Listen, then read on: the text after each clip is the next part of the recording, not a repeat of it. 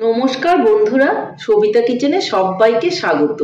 আজও আমি আরও একটা রেসিপি নিয়ে হাজির হয়ে গেছি। আজ আমি বানাবো পুঁটি মাছের রেসিপি মূলো আর আলু দিয়ে। এইভাবে কিন্তু পুঁটি মাছ রান্না করলে গরম ভাতের সঙ্গে খেতে ভীষণই ভালো লাগে। আপনারা যদি বাড়িতে এইভাবে মূলো দিয়ে পুঁটি মাছ না খেয়ে থাকেন তাহলে ঝটপট বানিয়ে ফেলুন আমার রেসিপিটা ফলো করে পুঁটি মাছ রেসিপি।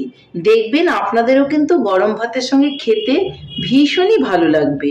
এখন বাজারে যথেষ্ট পরিমাণে পুঁটি মাছ পাওয়া যাচ্ছে, ঝটপট নিয়ে আসুন আর বাড়িতে বানিয়ে খান। তাহলে আমি এই পুঁটি মাছের রেসিপিটা কি করে বানালাম সেটাই দেখে নেওয়া যাক। পুঁটি মাছের রেসিপি বানাতে গেলে প্রথমে কিন্তু আমাকে পুঁটি মাছ নিয়ে নিতে হবে।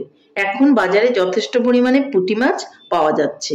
দেখুন, পুঁটি মাছগুলো আমি নিয়ে খুব ভালো করে ধুয়ে নুন আর হলুদ মাখিয়ে রেখেছিলাম, সেটা আপনাদেরকে দেখানো হয়নি। এটাকে আমি সরিয়ে নিচ্ছি।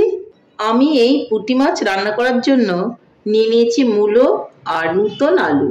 মূলোগুলো দেখুন এইভাবে আমি কেটে নিয়েছি। এইভাবে মূলো দিয়ে একবার পুঁটি মাছ খেয়ে দেখবেন ভীষণই ভালো লাগবে।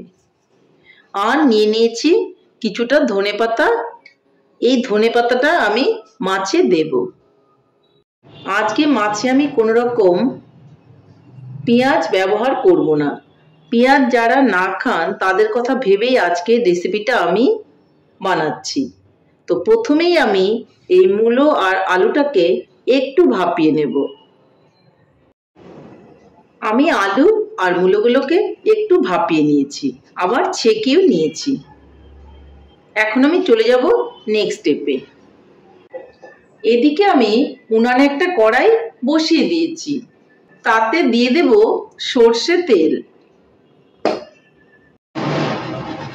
তেলটা খুব ভালো করে গরম হয়ে গেছে।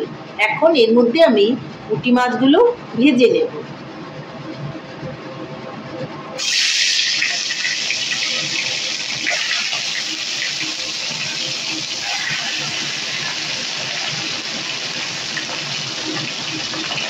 মাছগুলোকে আমি উল্টে দেব।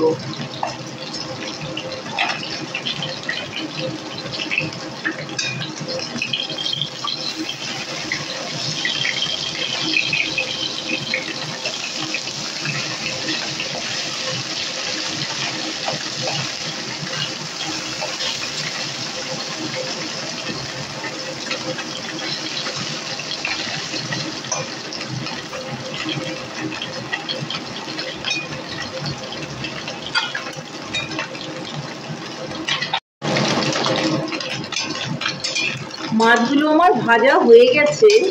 এই মাছগুলোকে আমি এখন তুলে নেব।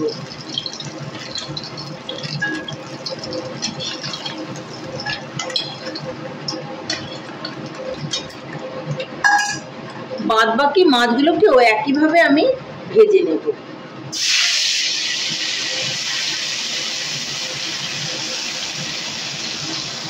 সবগুলো মাছই কিন্তু আমার দেখুন ভাজা হয়ে গেছে।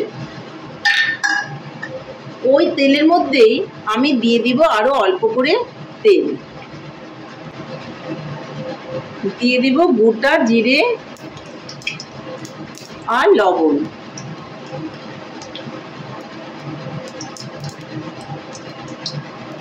দিয়ে দেব কাঁচা লঙ্কা। মূলো আর আলুটাও দিয়ে দেব। দিয়ে দেব অল্প করে হলুদ। ভালো করে একটু নেড়ে চেড়ে দেব।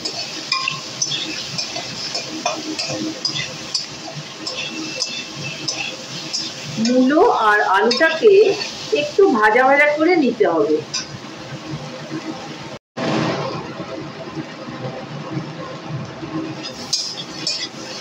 মূলো আর আলুটা ভাজা ভাজা হয়ে গেলে এর মধ্যে আমি জিরে বেটে রেখেছিলাম সেটা দিয়ে দেব।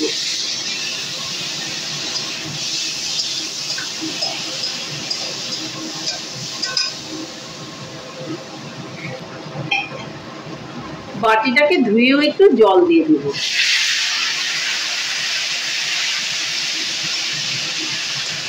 ভালো করে আমি এখন এটাকে কষিয়ে নেব।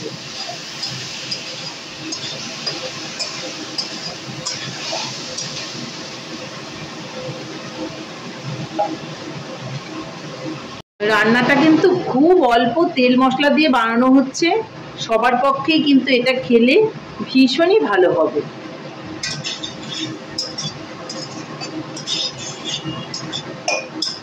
খুব সাদামাটা রান্না, কিন্তু খেতে ভীষণ টেস্ট।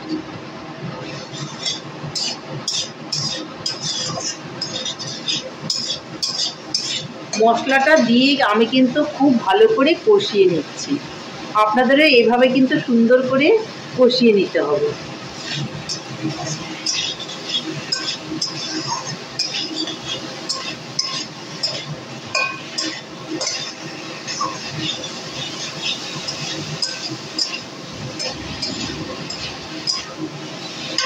মূলো আর আলুটা কিন্তু কষানো হয়ে গেছে। এর মধ্যে এখন আমি দিয়ে দিব জল। জলটা কিন্তু অবশ্যই গরম জল দিতে হবে।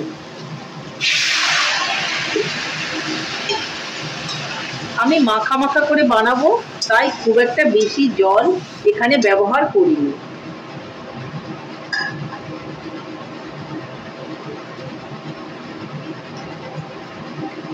এখন আমি এর মধ্যে দিয়ে দিব ধনে পাতা। পুঁটি মাছের মধ্যে এভাবে ধনে পাতা দিয়ে খেলে ভীষণই ভালো লাগে। তাছাড়া এই শীতের সময় যে কোনো খাবারেই যদি একটু ধনে পাতা দেওয়া যায় তাহলে কিন্তু খেতে বেশ লাগে। আমিও কিন্তু ধনে পাতাটা দিয়ে দিলাম।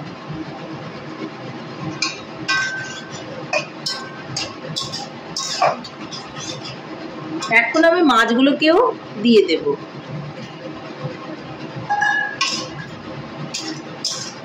খুব একটা বেশি ঝোলের প্রয়োজন নেই, গা মাখা করে করেই কিন্তু এই পুঁটি মাছের ঝোলটা আমি বানাবো।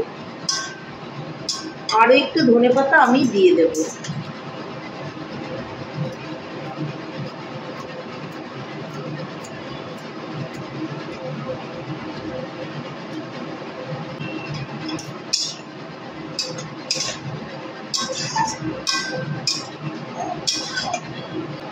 আঁচটাকে কমিয়ে একটু ঢাকা দিয়ে রাখবো।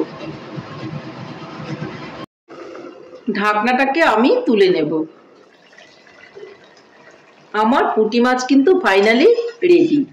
তাহলে আমি এখন এটা নামিয়ে নিচ্ছি আর উনানটাকে অফ করে দিচ্ছি। পুঁটি মাছের রেসিপিটা আমি ঢেলে নিচ্ছি। এইভাবে বাড়িতে আপনারা বানিয়ে খাবেন, দেখবেন ভীষণই ভালো লাগবে। তাহলে বন্ধুরা, আমার পুঁটি মাছের রেসিপিটা কেমন লেগেছে? আমার পুঁটি মাছের রেসিপিটা যদি আপনাদের ভালো লাগে তাহলে লাইক, শেয়ার, কমেন্ট করতে ভুলবেন না। আর আপনি যদি আমার চ্যানেলের নতুন বন্ধু হয়ে থাকেন তাহলে চ্যানেলটা সাবস্ক্রাইব করার অনুরোধ রইল। পাশে থাকা বেল আইকনটি প্রেস করে রাখুন আমার নিত্য নতুন রেসিপির আপডেট পেতে। তাহলে আর দেরি কেন, ঝটপট এভাবে বাড়িতে বানিয়ে ফেলুন পুঁটি মাছের রেসিপি আর সবাই মিলে খান, দেখবেন ভীষণই ভালো লাগবে। নমস্কার, ভালো থাকবেন, সুস্থ থাকবেন। আবার দেখা হবে আরো একটি রেসিপির সঙ্গে।